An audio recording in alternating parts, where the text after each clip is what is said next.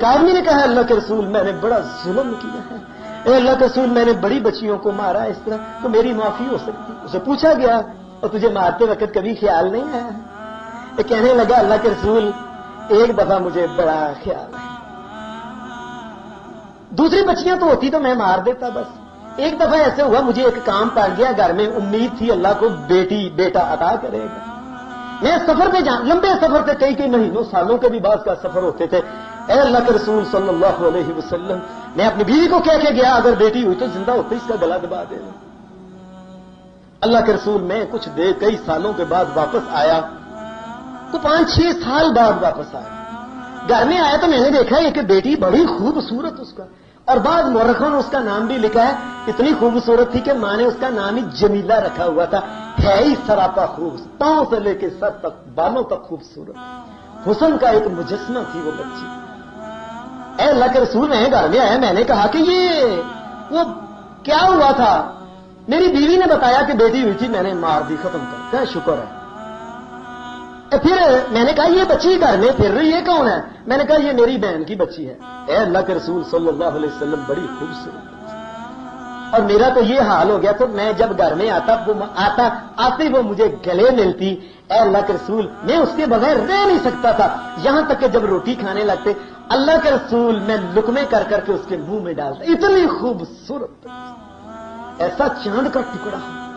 اللہ کے رسول میں اس کے بغیر نہیں رہ سکتا تھا، یہ حال ہو گیا۔ میری بیوی نے دیکھ لیا کہ اب یہ اس بچی کے ساتھ مانوس ہو گیا، اس کے بغیر رہ نہیں سکتا۔ ایک دن کہنے لگی ہے بھلے آدمی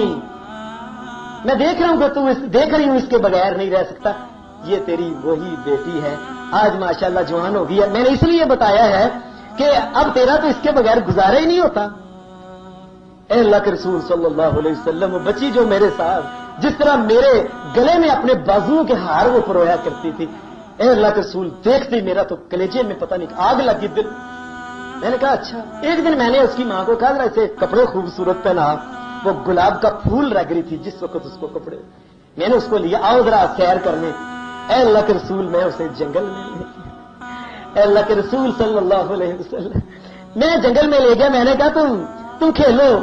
اے اللہ کے رسول میرے ہاتھ میں جو چیز تھی تو کلہاڑی وغیرہ یا جو وہ کسی وغیرہ تھی، میں نے ایک بڑا سا وہ گہرا سا گڑا ایک کھودنا ٹویا شروع کر دیا، اے اللہ کے رسول وہ کھیل کے باہر کے کبھی ادھر جاتی کبھی ادھر جاتی،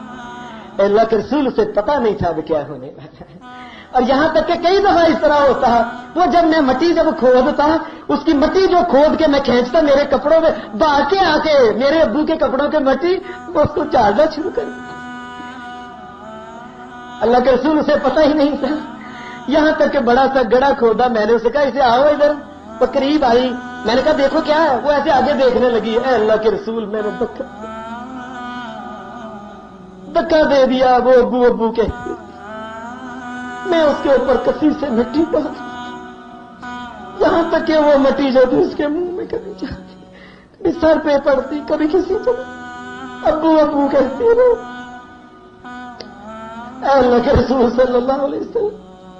مجھے کوئی ترس نہیں ہے، یہاں تک کہ وہ اس کی آواز جو آخری ابو تھی وہ تب تھی،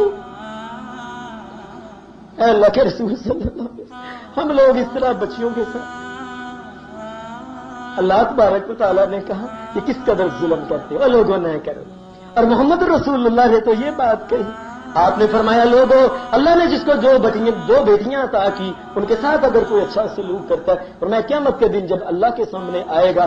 میں محمد اور وہ دو جس طرح یہ 2 انگلیاں ہیں بڑی انگلی اور یہ شہادت کی انگلی، اور میں اللہ کے سامنے ہم دونوں